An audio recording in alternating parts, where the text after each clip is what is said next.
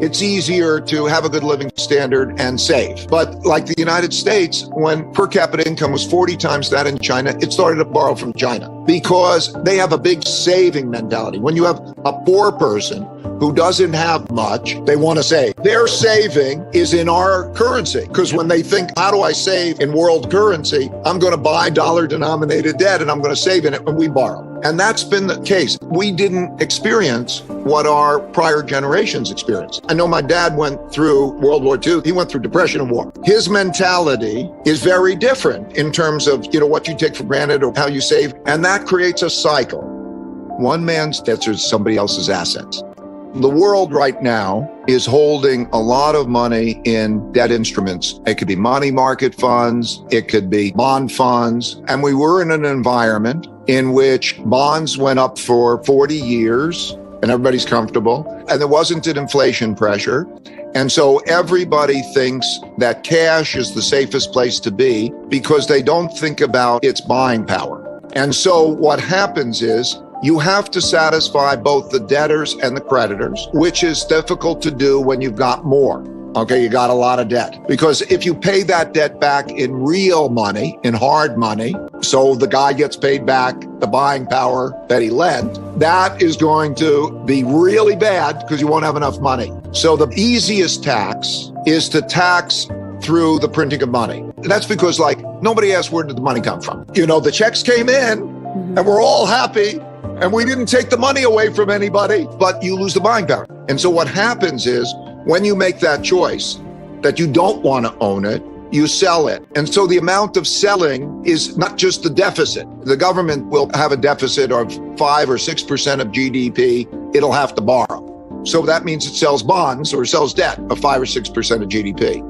But if others sell too, because they say, I'm not getting a real return, I'm not going to hold that, then you have a lot of selling. That means that either interest rates go up a lot and shut the thing down, or the government prints more money. And that's the mechanics. History's shown us, chapter 3, I think it is, called The Value of Money. And 100% of the time when they're in that position, they'll print the money. Here's the big thing that people think. Money and financial assets are not wealth. They're claims on wealth, but they're worthless. It has no value. It's not real. It's just like digital. It only has wealth, real wealth, if you sell it and you go buy something. It works as long as people who are holding those financial assets want to keep holding those financial assets, even though they're losing buying power to them. It's a Ponzi scheme. That's why if you look at history, even in the Old Testament, there was this idea of the year of Jubilee. What it meant is, okay, you always have these financial obligations rising relative to the other. It happened so often that they said, okay, let's just plan on it. Like every 50 years, we're going to have to wipe it clean. Old Testament in the Bible. Okay. And they said every year we're going to have to do it. And then it was a system actually where they would say, now that you know it's going to be wiped out in 50 years, you will operate as though it will wipe out in 50 years. And therefore you won't have the Ponzi scheme as much. But that is how the Ponzi scheme has always worked, right?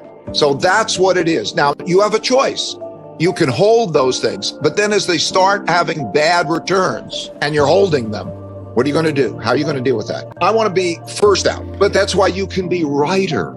You can be writer if you go through the jungle like I'm describing with people that see things that you can't see and you're open-minded, you can be writer. That's why I say that the key to success is much more in knowing how to deal with what you don't know than anything you know. There are two things. First was interconnected and therefore safer. That was the theory prior to World War II because they would marry each other. Royalty would be married and everybody's in the same family. There's no evidence either in the actions that are being taken or in history. Even members of the same family can kill each other. They can be so entwined in the same family that they give them plenty to fight about. The second one in that dynamic is it depends on both countries. Do you have a win-win relationship or do you have a lose-lose relationship? The problems with China have a history. There was one thing under Obama, then there was a tilt and it changed to Trump. And they're now at the point where it's almost irreconcilable differences and each side is worried that the other side could kill it. In the book, I described the prisoner's dilemma. The prisoner's dilemma is Let's imagine that there are two people and the best thing you could do is cooperate, but you don't know whether the other is going to cooperate or kill you. What should you do?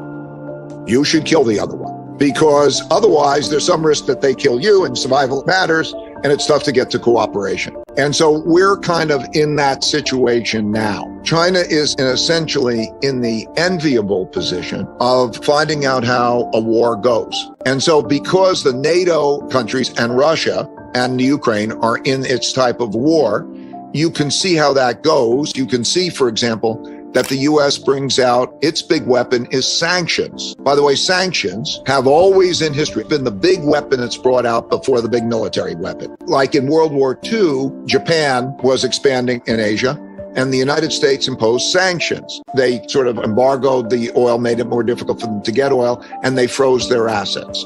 And so they were stuck, and then they reacted and they bombed Pearl Harbor. I've been going to China since 1984, not for money, but for interest, because if I can find interesting places with interesting people and see it through their eyes, I can do that. And I was able to help them learn about the financial markets and so on. And that's led me to know the leaders there, as well as lots of poor people, and to see it through their eyes. And I would say they do not want a war. So we have something that's very similar to that. Now, when I look at the situation there, I think there are three big questions that we don't yet have the answers to.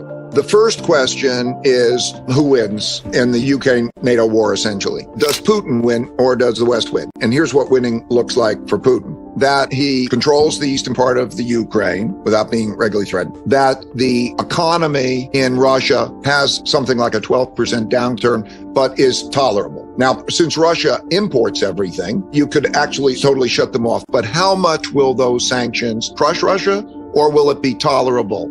They are so used to suffering that they're almost uncomfortable if they're not suffering. If you go back 1917, they have the revolution, they lose World War II, they lose 30 million people, then Stalin comes in and they lose another 30 million people. You know, it's that kind of thing. They have communism, then they have a bankruptcy, and the whole thing collapses in 89. So they won't trade off that issue generally for a 12% fall in GDP.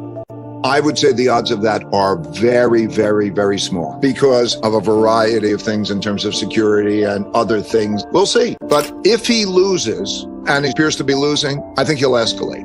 And so if he loses, I think that you will see escalation, and that'll take the form of probably threatening nuclear. And also it's a very dangerous thing. And we'll see what the power of sanctions are.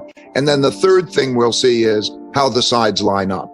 West and East. You could look at the countries right now and you could look at their actions and you could see which side they're lining up. Do they abide by the sanctions? Do they not abide by the sanctions? So the beginning of the picture of which are the allied countries and which are the access countries, like in World War II, there's a European war and there's an Asian war and different countries line up, but by and large, they're consistent. And so we're beginning to see those things. Only in Europe. It's so interesting. And I could rattle the countries off. India, Brazil, Mexico, Indonesia, China, almost half the world has taken either the other side or has said, I'm not going to participate. Don't make the mistake of just looking at the European NATO countries. So anyway, China can watch that and how that works and learn a lot. The world has now changed to a whole different dynamic in which ideologies rule. Fight and rule. For example, think about it this way. The person who makes decisions for Twitter will have a bigger effect on our lives and choices than the Supreme Court's decisions. In other words, I could do it this way or I could do it that way. The system we used to be in was a fairly open system in which economic would rule. If you made more money, you got more resources, and resources were allocated by that. That's much less the case now. Now ideologies are taking control. So, for example, DeSantis, governor of Florida, and Disney. The ideology that you have, and that I will fight for it, and I will use all the resources I have, is the determiner. And in some extent, it almost needs to, like in some respects, what's going to get money to the kids in schools that we're talking about. But that notion that if the causes that people are behind are more important to them than the system is in jeopardy. because that system of how do we work these things out together becomes a power thing. I don't think you're going to see either side giving up, losing. We played by the game, playing cricket or something, and then we go off the field. That was amazing that we did that for so long. But I don't think that you're going to do that as much because it's a win at all cost game. And I think that you're going to have this pervasively within the United States. So you get more nationalism. You're going to have more nationalism. Why? Because I need self-sufficiency and that other country might be an enemy. And then you go within a country and you see the same thing within a country. I need to fight for what I believe. So we are now in a fight for what you believe type of environment that will determine things. And we're just not used to it, but that's what's happening. So can we be good with each other? If we could just be good with each other and not fight and be afraid of fighting, have the middle work together and so on. Let the extremists who are fighting calm down. Like if I was president, I would have a bipartisan cabinet because politics now, it's like one side beats the other. On the statistics, roughly speaking, 30% of the population is extreme right by measures such as, there's a range of things. What percentage of the Republicans or Democrats think that members of the other party should die? It's 15 and 10. What percentage would not want their child to marry the member of the other party? What percentage of those think the election was stolen? If you start to use those numbers, roughly 30% is, by my measure, probably pretty extreme right. And because of that, that's the majority of the Republican Party has to have unified. Maybe it's 25, maybe it's 30. I don't know. But we know how the Republican Party largely is being influenced by Trump. The parties are fighting within each other and the moderates are dropping out. Not so much they can't finance, it's because of the way politics is. It's brutal and it's lies. Yeah. You can only win if you are one of those extremes that win the primary because they're in that war. So now you hear that I agree that the majority is in the middle, but there is a dynamic here. That's why, like if I was president, I'd want a bipartisan cabinet, or I want whatever it is that's going to bring, compromise the middle, us together. That's why I think the president, they should have the equivalent of the Manhattan Project with moderates from both parties, work together to re-engineer this and agree on it. And everybody's so hung up, it's got to be exactly the way they want that you get nothing. Look, I don't care what they agree to. If you have smart people from both sides and they come up with a program, I'm almost certain it's going to be much better than what we've got. I think there's a systemic problem, by the way, in terms of the way capitalism works that needs to be adjusted because the profit system and the reward system doesn't accomplish all the goals that we need to have accomplished. In other words, do we have broad-based prosperity and opportunity? So there are certain adjustments that can be made to that to make it work better. The right, the capitalists, know better how to increase the size of the pie, but they don't know how to divide the pie. And the left knows how to divide the pie, but they don't know how to increase the size of the pie by being more productive. They both can happen simultaneously. Okay, there we go. Like an investment in good education. I'm just giving one good example. Invest in good education. Have an acceptable bottom so that the kids don't become those adults. I'm in Connecticut, $600 million a year is spent on incarceration because the kids grow up in these households and the kids have a problem walking to school because they have to pass through neighborhoods where there are gangs and shootings. Why can't you have the police assure safe passage? Well, they can only afford 275 police because it either has to come out of that or the food or whatever it is. But I had two parents who cared for me, loved me. I went to a public school and I came out and there was equal opportunity. That's all you need, or at least one parent. And then if you got one parent, it's very difficult. And if you don't provide that, then you're going to have children who are going to be so disadvantaged that rather than assets, they'll become liabilities. And it's so unfair. So you can go back and you could see, I can go back and study all these empires. And it's a basic thing because you don't know where the talented person's going to come from. It can come from any part of the population. And so you get more resources of creative people that way. You get less liabilities in it. So it makes sense for the system. And it's fairer and so on. But we don't do that. I have to be objective. And the only way I can do that is have objective measurements. In that book, you see the measurements. So you can look at where we are in education relative to the rest of the world, where we are in infrastructure, and you could see that change. And you could see how the United States is in relationship. So you can see those things objectively. And yes, of course, it's common sense. If you educate your people and they are more civil with each other and you provide equal opportunity, the system will work better. The capitalist system is a remarkable, fabulous system. But when it produces the big inequalities of opportunity and productivity, yes, we could make good investments and infrastructure. When this went down and they have school, the kids didn't have computers and they didn't have connectivity. That's like not having electricity. How can we have that? So what we had to do, we do it philanthropically, but it's not enough. And so there's capitalism that can increase productivity. You can increase the size of the pie and you can distribute it well. There are things you can do. Success has to do, most importantly, with how you handle what you don't know rather than what you do know. And that how you get it from other people is the most important thing, right? And how you orchestrate those people. It's not like one guy sitting there knowing it all and dictating how it should go. But it's the opposite. Everybody makes mistakes and everybody's got a lot of weaknesses. And knowing how to deal with that well, you learn more from mistakes, right? Because it produces pain and pain says don't do that again or figure out another way of doing it. And then mistakes, it's part of the process of learning. And we have weaknesses. You can't think all different which ways and you can't have enough info. That's just a reality. But that's right. I think a lot of people think that the people who've been successful are different than they really are. So I started my company in 1975, and in 1980, 81, I just had a few people working for me, and I had calculated that American banks had lent more money to foreign countries than those countries were going to be able to pay back, and that they were going to default, and that was going to create a big debt crisis that would create a big economic crisis. And I got a lot of attention for that because it was very and a number of countries defaulted on their debts. And I thought we were going to have this big economic crisis. And I couldn't have been more wrong. That was the exact bottom in the stock market.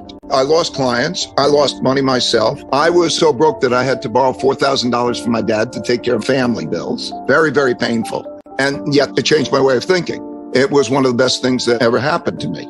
First of all, it gave me the humility or fear of being wrong, but without me losing my audacity. In other words, I wanted to have the great upside, but upside goes with risk. So it forced me to sort of think about how I should be, which taught me a few things. First, it taught me to find the smartest people I could find who disagree with me, to stress test my thinking and hear their points of view. It taught me a radical open-mindedness. It taught me that if I can diversify well, I could reduce my risks without reducing my returns. And it gave me an approach to life. Like I was in a position in which, okay, there's risk and returns. And it felt like on one side of a jungle, and that if I can cross this jungle, which is very dangerous, I could get to the other side and have a wonderful life. Or should I stay on the safe side of the jungle and not do that?